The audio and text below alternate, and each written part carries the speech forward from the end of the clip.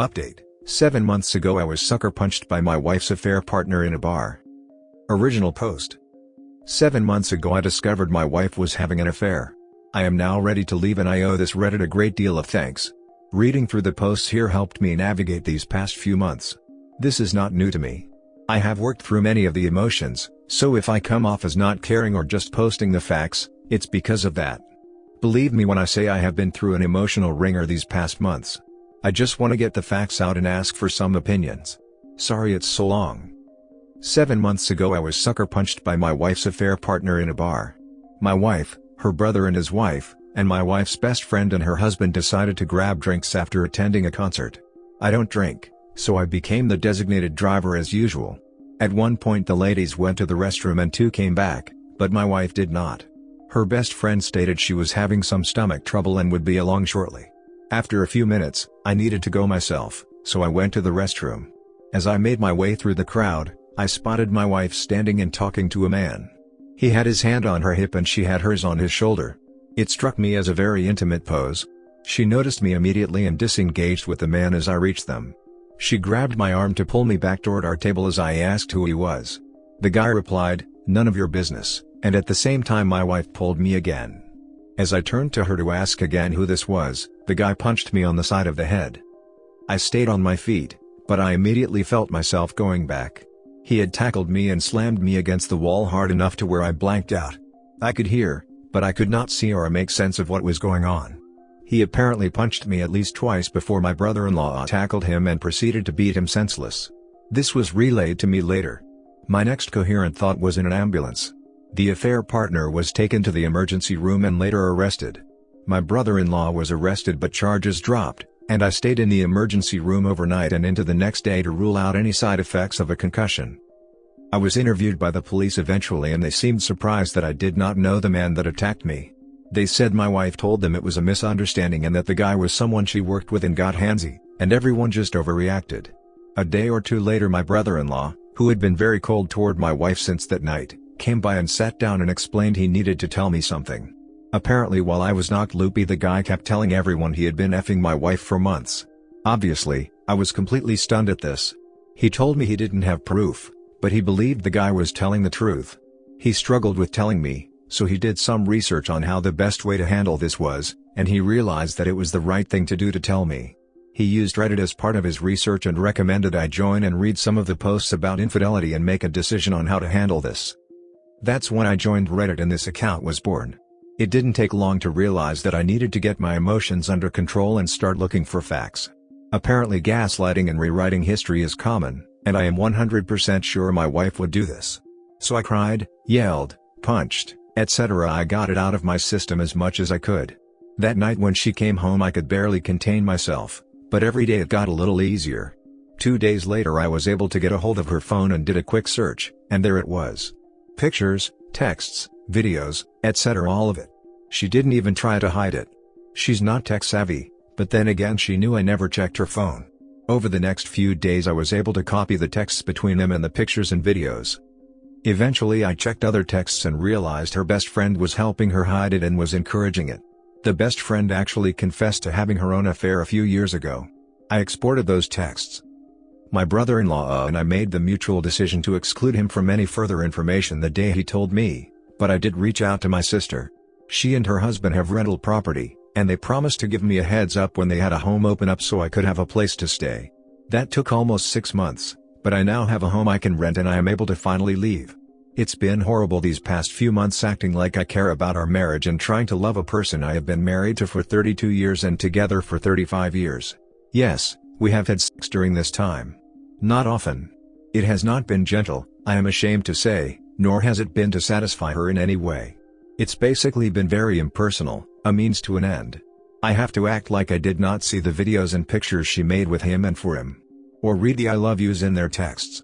Or when he texted her 3 days after hitting me and bragged about taking me down so quickly, and her replying with a smiley face emoji. The pain that level of betrayal brings is beyond bearing at times. With that, I am now ready to leave. I have divorce papers in hand. I have an envelope full of copies of the texts, pictures, and stills from the videos. I know who he is and where he lives. I know who his wife is and where she works. I even know his children's names and where they go to school. I am torn about disrupting their lives, but I am most definitely going to send a copy of everything to his wife. I am struggling with confrontation or ghosting. I understand the dangers of confronting her and how she can play it into a situation where I could get arrested, but I truly want to see her face when I show her everything I know. Maybe it's having to stay quiet for all these months, but I really want that view of shock and possibly shame when I tell her. But I can also see the benefit of just leaving it on the counter and walking away. This may be silly to ask everyone, but until now I have had a clear goal to gather and prepare to leave, but now I have a choice and would like some opinions. Some quick info about us: finances are separate with a joint checking/savings. I have a larger retirement, but she has a pretty well-funded one herself. We sold our family home 2 years ago and bought a small empty nester's home. Paid cash and invested the rest in retirement. I am male, 58, and she is female, 57. We both have taken good care of ourselves physically, and she is every bit a beautiful woman. The affair partner is 35. We have 3 children, 31, male, 28, female, and 25, female. The oldest is married and the other 2 are living on their own with solid careers and stable relationships. If I ghost her, I will need to contact them and talk to them so they do not worry. I plan to either confront this week or ghost next weekend while she and her best friend have a shopping trip to a major city 2 hours away planned. Reading the top comments before the next updates. Wow, sounds like your brother-in-law is a real stand-up guy, in more ways than one, lol. Hope you can get back to normalcy, not with the ex-wife, though. Brother-in-law and the entire family have been great the entirety of my family. People don't understand when I say my wife is a good mother. But she is, and so are her parents and brother. Not to take away from the horrible decisions she has made recently, but she has been a great partner as far as I know until this. I might find out otherwise. Number 1, tell the best friend's husband what's been happening. Supporting a cheater. I would like to know. Find out recording rules for your state. Cover your butt. When you tell your wife, have someone drop the package off at her affair partner's wife's residence. Yeah. I am keeping the best friend's documents out of the ones I'm giving my wife. I have every intention of going scorched earth on all 3. No, have the package sent to her work, where he cannot intercept it. Do not tell your wife you are sending anything to his wife. He will be furious when his personal life blows up. The funnest thing I did when I dumped my cheater was leave his calls without any responding. He left messages, called my sister, showed up at my house, and showed up at my work. Borrowed a car to follow me to a new job. And I just did not respond. It drove him nuts. Today it is even more fun. You can turn off receipts, or leave them on. But do not answer her. It will make her nuts. It made him crazy. And he escalated over and over, more and more. She wants the drama. Ghost her, and it will drive her nuts. Seconding this. She is feeding off of the attention right now, even the negative one. The smiley face confirms it. OP is going to show her that he still cares about her reactions, which in her brain is shortened to caring about her. I can't imagine being the wife who finds out her 35-year-old husband has betrayed her for a 57-year-old trash bag. Just can't imagine. First update. Wow. This really has been overwhelming in less than 24 hours. I've had a lot of questions and a lot of great opinions. I'll try to answer some of the common questions. She has shown only a slight concern early on after the assault that I might suspect something. Last I looked at her phone was over a month ago, and she was completely back into the affair with no mention of me knowing. They stopped meeting up for about 3 weeks after the assault, but continued sexting and sending videos. She did express a need to stop before she lost her family, but as of last month they were still meeting up and having sex. He was arrested and did a plea deal for simple assault. Spent Saturday night, Sunday, and Monday in jail until he was released on bail. Got community service and paid some court fines. Wife explained away the guy's claims by saying he had a crush on her and was just drunk. I plan on telling the other betrayed spouse, the best friend's husband, and notifying HR at their work. I have a plan for them. I'll tell our kids. She is a good mother. I'm not sure of the circumstances that have resulted in her making the choices, but she is still their mother and not once has she been neglectful to them or their needs. Again, thank you all for your advice, and many of you have made some really good arguments for both ghosting and confrontation. Plus I appreciate the precautions you have suggested in case I confront her. Added to add. I have taken an STD test since the last time we had sex, which has been a while. Clean. My lawyer has paperwork completed and we have a proposal that is fair, and the lawyer doesn't care how she is served just as long as there are police involved or abuse. Alimony is a thing, but due to my situation and the fallout from my exposure there are backup plans in our proposed divorce settlement. I'll leave it alone for now. But suffice to say, there will probably be a cost but not something I'm worried about. Again, since I have plans to contact all that have been affected, I'm sure there will be a certain financial cost, especially if she loses her job. I'm not worried about anyone else. Can't get sued for exposing facts. I'm not interested in suing anyone even if I could, not sure. The energy I'm expending right now and have over the past few months is not worth it to me to get some nominal court ruling. I have pretty much concluded that ghosting is the right thing. I have read how others have done it on here, and I will probably utilize some of their tactics. I have a plan to get one more look at her phone later this week. I have not looked at it for some time, but an opportunity has come up that all but ensures I can look and have a very, very low risk of getting caught. I don't want to get this far and screw it up now. She has been more present lately. I really haven't noticed it until this morning. Not sure what is going on with that. And what I mean is she's back to asking about my day, going out of her way to kiss me bye and hello. After reflecting a little, this seems to have started about a week ago, so something has shifted, I think. That's another reason why I want to look at her phone again.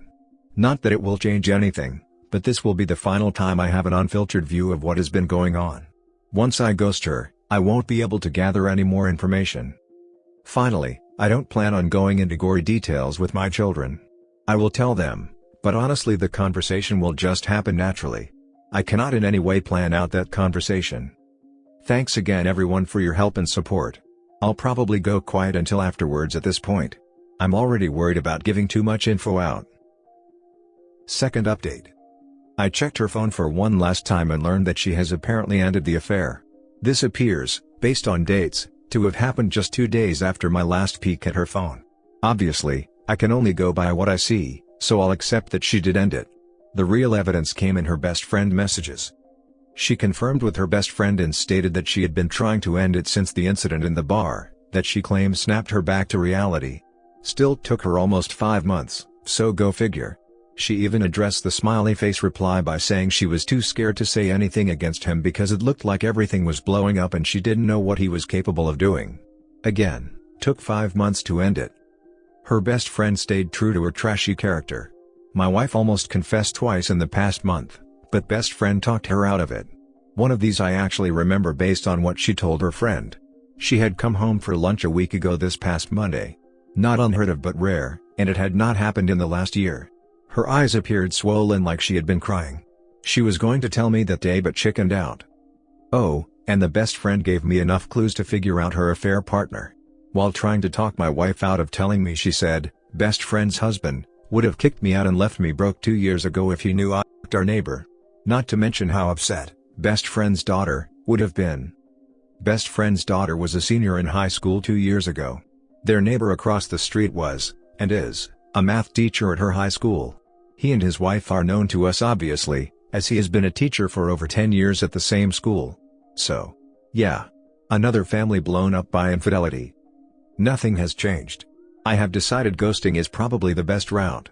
I have my plan ready but I'll save that. I think I need to keep these as actual updates and not talk about future plans or ideas. I don't know when I'll update because the plan I have will be a kind of 1-2 punch, and I expect a lot to happen quickly and then things settle down. Then I have a third punch, so to speak. And again, I'm getting a lot of legal advice. I appreciate your concern, but I have a lawyer that I am happy with and who has given me plenty of legal advice. No offense, but since I'm paying her for legal advice, it's her legal advice I'll follow. Divorce in my state is pretty straightforward and not very hard. Very short waiting period if uncontested. I'm aware of the ramifications of what I'm planning. Thanks everyone for your support and advice.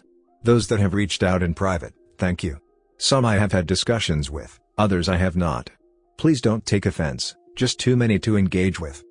Again, thank you. Reading the top comments before the next update. Hi OP, I'm glad you're sticking with the plan, and yes, ghosting is the best way to get away from any nonsense talk like reconciliation or blame shifting that you abused her or neglected her. As far as I understood you, you're going to inform affair partner's wife about her so-called loving husband and his adventures with your wife. But may I ask, are you also informing her best friend's husband? If I was you, I definitely would go for that as well. I'm going to just say that no one is going to be left in the dark. What they do with the info is their business, but that decision will be an informed decision by them. Seems convenient that she suddenly wants to end it when you found out. I would be concerned she knows you know.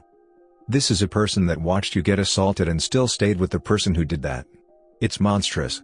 I would let the whole world know of her and her best friend's treachery. I would also never speak to her again. Yeah, I'm not interested in the reasoning. The cheating was a hard boundary, and none of what I found out will change anything.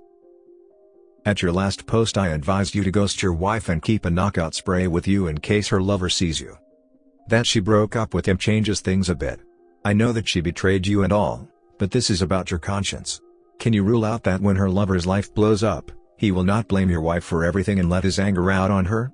He already showed how quick he is to punch someone when in a good mood. I don't even want to imagine what he is capable of when he is pissed. If there is a way that you can set it up, then try to take care that your wife isn't alone in the first days at least. You don't want to hear how she was found beaten black and blue by her ex-lover after you told everyone everything. Wish you all the best and hope that everything works out. I haven't given that a thought. It is definitely something I need to at least consider. I'm not interested in her getting physically hurt by any means. I'm arranging a meeting with my children, so I believe that will need to be a topic of discussion with them also. Thanks for pointing that out. Third update. Well, it's done. Yesterday, after she left with her best friend and 2 other lady friends on her shopping trip, I set everything in motion. It mostly went as planned. The moving guys were about 2 hours late, but that worked out okay.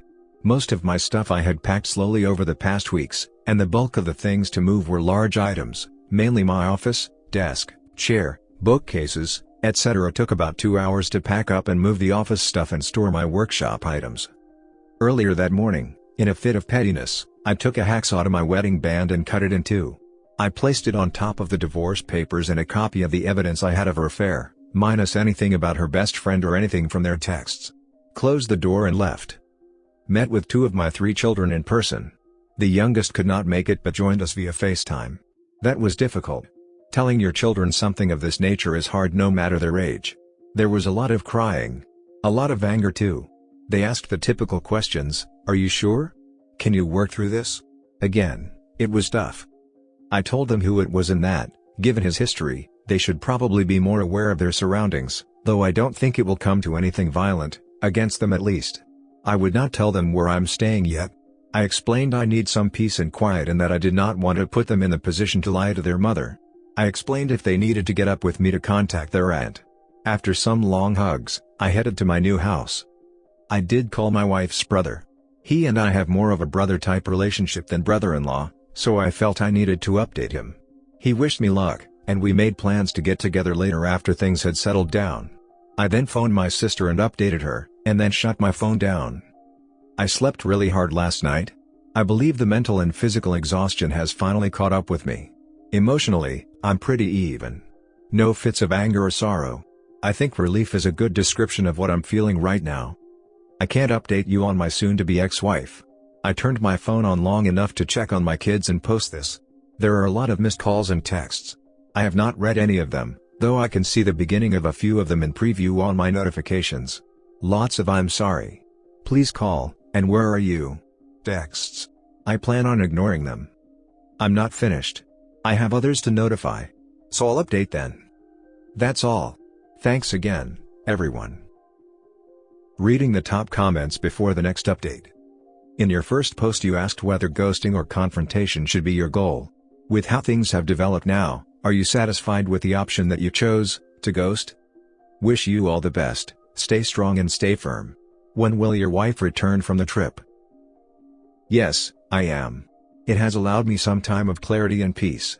I do not recommend waiting as long as I did if possible. I needed to get some logistics handled, and I am glad I did, but I am just now realizing the stress it caused. Ghosting her is not something I can do forever. We have kids and, for privacy reasons I haven't divulged until now, we have grandkids. But I think continuing it as long as practical will be best. Fourth update. Other betrayed spouse has been notified. Monday I went into the office long enough to contact a messenger service. Barely missed my soon-to-be ex-wife who had come by looking for me. Anyway, I had a messenger take the evidence and a letter to the other betrayed spouse at her workplace. Made sure she signed for it. I then sent a text to soon-to-be ex-wife. The exchange went like this. Me, I have notified other betrayed spouse and gave her the same evidence I left you. There was about a 5-minute delay and she replied. Her, I am sorry you felt the need to do that but I understand. After no reply from me she then texted, does this mean we can talk? I shut my phone off. Anyway, the letter briefly described what was in the package, and I gave her an email to contact me by. A new Gmail. If she wanted. I did hear from her the next day. Just a thank you, and she would reach out if she decided she wanted to speak to me. Now why did I text my soon-to-be ex-wife? I felt she needed to know for safety reasons. I am sure one of my children would have done it for me, but I am not going to involve my children in this any more than they have to be. I still have not read any texts, emails, or voicemails from my soon-to-be ex-wife. I will someday, maybe, but I have left them all on read. I still need to notify best friend's husband, and then maybe I can let this play out on its own from here. Thanks for the posts and DMs. Your support has been generous and appreciated. I'm confused. You must be semi-close with the best friend's husband. He was at the bar with you the night you were attacked by a affair partner. This is a little confusing why you would not just call him. I hope you had more evidence than text messages between your wife and her best friend to send to the math teacher's wife. You had a pretty good game plan up until this point and this doesn't seem to make sense. You also had 7 months to get a new cell number instead of shutting off your cell and using some email for communication. I'm a little lost but hope you're hanging in there. Let me simplify it some. The best friend's husband is not necessarily a close friend, but we know each other through our wives. I'm not close enough to be privy to things that have happened in their marriage. He may already know or not. I will let him know, but at the time of my choosing, more to impact my soon-to-be ex-wife and keep her off balance about what I know and who was complicit.